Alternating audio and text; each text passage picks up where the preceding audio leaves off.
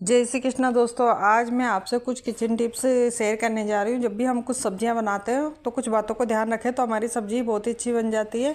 तो अगर आप जब भी भिंडी की सब्ज़ी बनाओ, अगर भरवा भिंडी बनानी है आपको, भिंडी कम है तो आप उसमें आलू को लंबे लंबे कट करके डाल दें।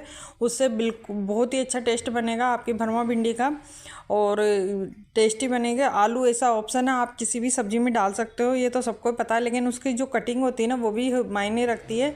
और साथ ही जब हम छोले की दाल की पकौड़ी बनाए ना, तो छोले की दाल की जो पकौड़ी बनाई जाती है तो दाल को 4 घंटे के लिए भिगो और उसके बाद पीसने के बाद फिर 4 घंटे के लिए उसको छोड़ दे। उससे उसमें अच्छा खमीर बन जाता है और पकौड़ी हमारी बहुत ही सॉफ्ट बनती है, बिल्कुल भी मतलब मार्केट से भी ज़्यादा सॉफ्ट बनती है, खाने में बहुत ही टेस्टी बनती है। तो ये ज़रूर ट्राई करें आप जब भी छोले की दाल की पकौड़ी बनाओ तो इस तरह से घोल को बना के पीस कर रख दे उसको 4-5 घंटे के लिए, और फिर उसके बाद उसकी पकौड़ी बनाओ तो बहुत ही टेस्टी पकौड़ी बनेगी आपकी, बिल्कुल सॉफ्ट बनेगी और टेस्टी बनेगी। साथ ही मैं बता रही हूँ, जब छोले हम भिगोते हैं तो भिगोने के 4 घंटे बाद जब हम उनको बॉईल करें तो बॉईल करते वक्त उसमें खाने का सोडा डाल दें। खाने का सोडा डालने से क्या, जैसे नमक भी डाला जाता है तो खाने का सोडा डाल दें, इससे बहुत ही सॉफ्ट हो जाएंगे आपके छोले। और जब भी खीर बनाओ तो जो चावल होते हैं ना, दूध को बॉईल होने के बाद ही डालें, नहीं तो क्या पहले जब हम चावल डाल देते तो वो चिपक जाते हैं। तो दूध हमारा अच्छे से बॉईल हो जाए उसके बाद ही चावल डालें।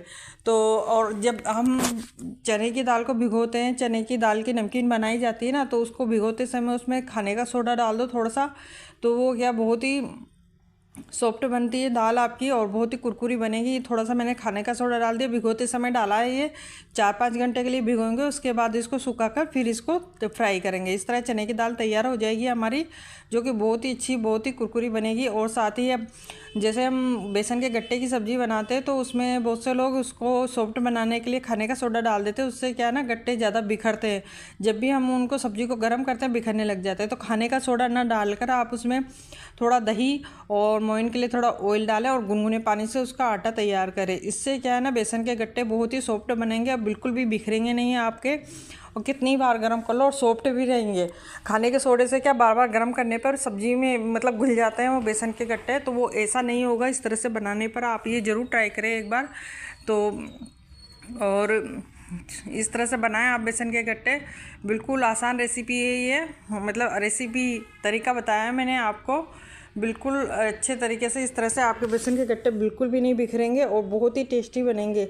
और जब भी आप हरे प्याज बनाओ तो हरे प्याज के जो ग्रीन पार्ट होता है ना, वो जिसको डाइजेस्ट नहीं, बहुत कम लोगों को डाइजेस्ट होता है ये ग्रीन पार्ट, तो इसलिए आप अवॉइड ही करें इस पार्ट को, ताकि वो डाइजेशन में जिनको प्रॉब्लम हो उनके लिए बहुत हेवी होते हैं इनके जो ये प्याज रहते हैं ना हरे वाले। और जब भी गुलाब इसे आप ये मालपुए का जो घोल बनाए, तो मालपुआ घोल बनाते समय चीनी और आटा दोनों एक साथ घोलें, इससे क्या है ना, बहुत ही सॉफ्ट और बहुत ही अच्छे मालपुए बनेंगे आपके। चीनी को पहले से भिगोने की ज़रूरत नहीं है, आप पहले चीनी भी घोलें पानी में और साथ ही आटा भी डाल दें, एक लिमिट मात्रा में एक नाप से डालें, जिससे कि बाद में आपको ज़्यादा आटा और चीनी डालने की ज़रूरत नहीं पड़े और मालपुए आपके बहुत ही सॉफ्ट बनेंगे। साथ ही उसमें डाल दें थोड़ी सी तिल, तो तिल से भी बहुत ही अच्छे बनते हैं मालपुए, तो आप ये भी ज़रूर ट्राई करें एक बार। और अगर जिसको बेसन डाइजेस्ट नहीं होता और ज़्यादा घी नहीं खाया जाता तो बेसन चक्की की जगह आप बेसन के आटे की जगह वो भुने चने का जो आटा बनाया जाता है उसको यूज करें, उससे चक्की बनाएं, बहुत ही टेस्टी बनेगी और खाने में भी बहुत ही टेस्टी रहेगी। साथ ही ज़्यादा ऑयल और घी का मतलब घी का इस्तेमाल नहीं किया जाएगा इसमें, और फटाफट से बन जाएगी, बनाने में भी बहुत कम समय लगेगा। और जिनसे बेसन की चक्की नहीं बनती है वो ये रेसिपी ज़रूर ट्राई कर सकते हैं। इससे क्या है ना, बेसन की चक्की का ही फ्लेवर आएगा, क्योंकि चने तो बेसन ही होता है ना, तो बिल्कुल वही फ्लेवर आएगा। तो आप ये रेसिपी ज़रूर ट्राई कर सकते हैं।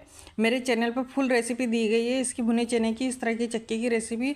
और जब भी आप कढ़ी बनाओ तो कढ़ी में जब पकौड़ी वाली कढ़ी बनाई जाती है ना, तो जो पकौड़ी होती है ना, जो कढ़ी अच्छे से बॉईल होती रहे तभी डाल दें। इससे क्या है ना, वो जो हमारी पकौड़ी ना अच्छे से फूल जाएगी और जो पकौड़ी की जो कढ़ी बनाई जाती है ना, पकौड़ा कढ़ी, वो बहुत ही अच्छी बनेगी।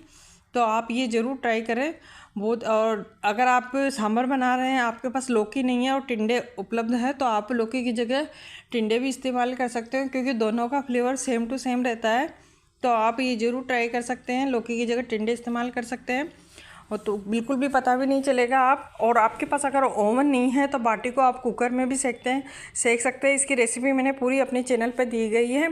और साथ ही कुकर में भी सेकते हैं, साथ ही कढ़ाई में भी सेक सकते हैं आप। कढ़ाई वाली रेसिपी भी मैंने पूरी अपने चैनल पर दी हुई है, दोनों रेसिपी कढ़ाई और कुकर की। तो आप इस तरह से ये रेसिपी ज़रूर ट्राई करें और बहुत ही अच्छा तरीका है ये बाटी बनाने का।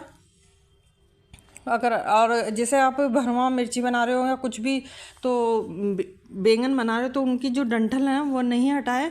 डंठल नहीं हटाने से क्या होता है ना, जो भी हम मसाला उसमें भरेंगे ना, वो मसाला बिल्कुल भी बाहर नहीं आएगा और बहुत ही अच्छे टेस्टी बनेंगे। बैंगन हो या भरवा मिर्ची हो, कुछ भी हो, सब्जी हो ना डंठल वाली, वो ऐसे कर सकते।